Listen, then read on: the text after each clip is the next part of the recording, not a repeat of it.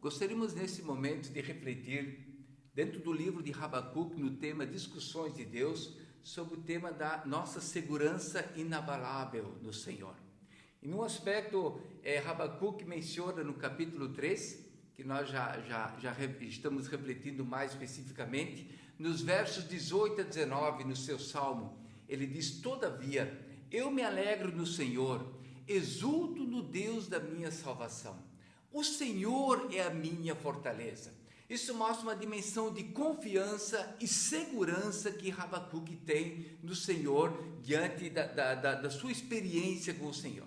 Então, no esboço do capítulo 3, nós vemos numa primeira parte a oração de Habacuque pela obra e pela misericórdia de Deus, como nós já ouvimos.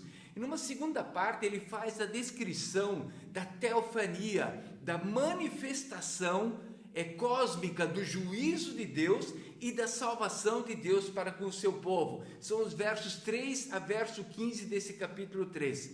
E depois, a última parte do capítulo 3, Habacuque confessa a sua confiança no Senhor. Ele mostra essa dimensão da sua fé e da sua segurança nesse salmo. Então, nesse capítulo 3, nós vemos que Habacuque, ele muda de atitude, ele muda a sua postura. Ele tem uma outra dimensão no relacionamento com Deus, ele assume uma outra postura diante daquilo que Deus lhe revela. Habacuque passa do peso e da dor da sua alma, no capítulo 1, na primeira parte, para uma atitude de descanso e confiança no capítulo 3. Habacuque passa de uma atitude de crítica e dúvidas no capítulo 1, na segunda parte, para uma atitude de oração e louvor ao Senhor no capítulo 3. Então, afinal, Habacuque percebe em quem deve estar a sua confiança e a sua segurança. Habacuque tinha essa experiência de transformação no seu relacionamento com Deus, na sua discussão com Deus. A confiança de Habacuque está na fidelidade do Deus da aliança. Esta é a base da sua confiança. E a segurança de Habacuque está na soberania do Deus da aliança. Então, no fim, o profeta, no seu salmo, ele mostra de fato o que significa aquilo que nós vimos no capítulo 2, o justo viverá pela sua fé. Habacuque tem essa experiência do que significa o justo viverá pela sua fé. Ele expressa isso de uma maneira muito clara nesse salmo, mostrando essa questão da confiança e da segurança. Então, nesse sentido, o profeta, ele revela a fonte da nossa confiança e segurança. Por que nós podemos confiar e estar seguros do Senhor?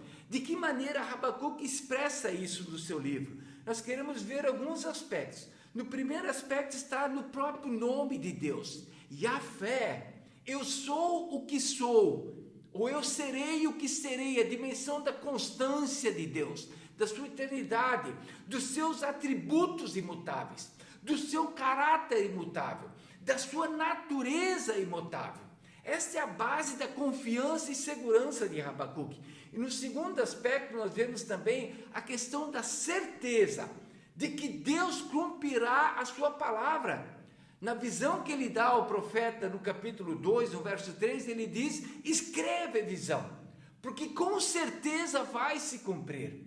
Se tardar, espera-o, porque Deus dá a certeza de que a sua palavra vai se cumprir. A sua palavra é verdadeira, a sua palavra é de total confiança. A visão que ele dá vai se cumprir na história.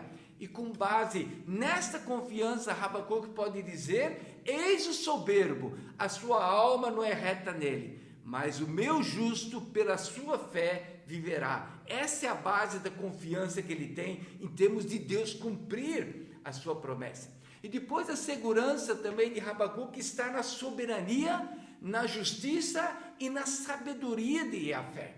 Nós vemos no final do capítulo 2, na visão que Deus dá a Habacuque, no verso 20, o Senhor, porém, está no seu santo templo, cale-se diante dele toda a terra.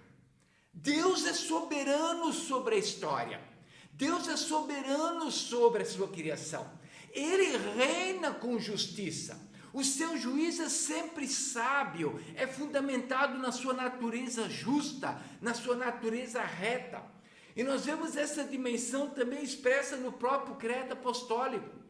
O credo apostólico, que faz parte da tradição cristã, daquilo que a igreja primitiva cria, revela essa dimensão em termos teológicos e cristológicos. Ou seja, creio em Deus Pai Todo-Poderoso, o Criador de todas as coisas. E o credo continua dizendo em Jesus Cristo, seu Filho unigênito. E aí a descrição da vida de Jesus, e depois complementa com que ele está sentado nos céus à direita de Deus Pai Todo-Poderoso, e de onde virá para julgar os vivos e os mortos. Ou seja, Deus está no trono do universo.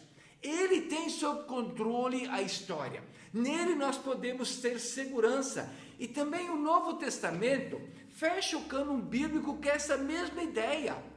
No Apocalipse nós vemos inúmeros cânticos onde se enfatiza essa dimensão sobre quem está no trono do universo. Aquele que está sentado no trono, e ao Cordeiro seja o domínio pelos séculos dos séculos.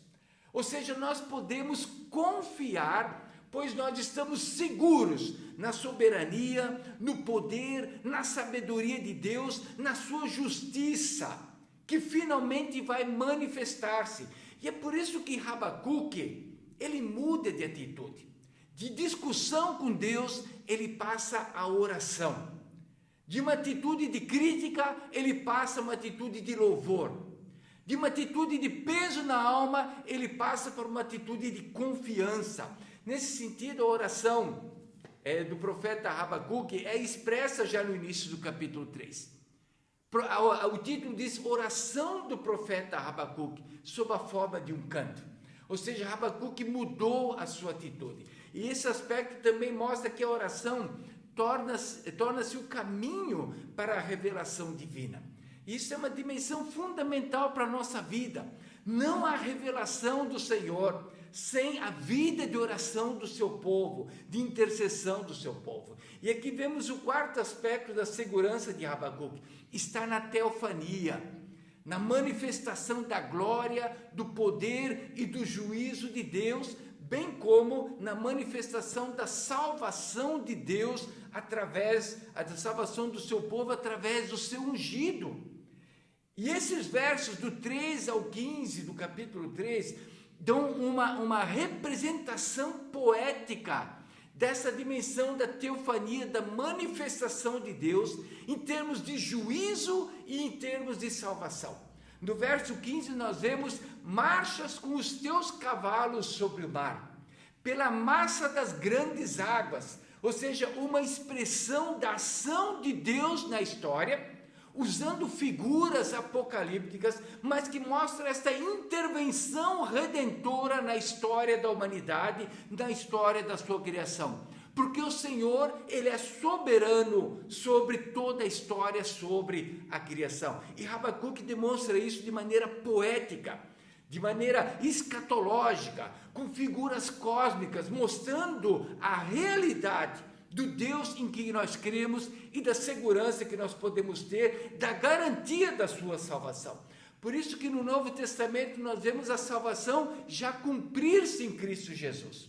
Na sua morte, na sua ressurreição, na sua ascensão, Jesus cumpriu com a salvação. O reino de Deus está inaugurado. Jesus reina, a ascensão é um símbolo do reino de Cristo sobre toda a humanidade.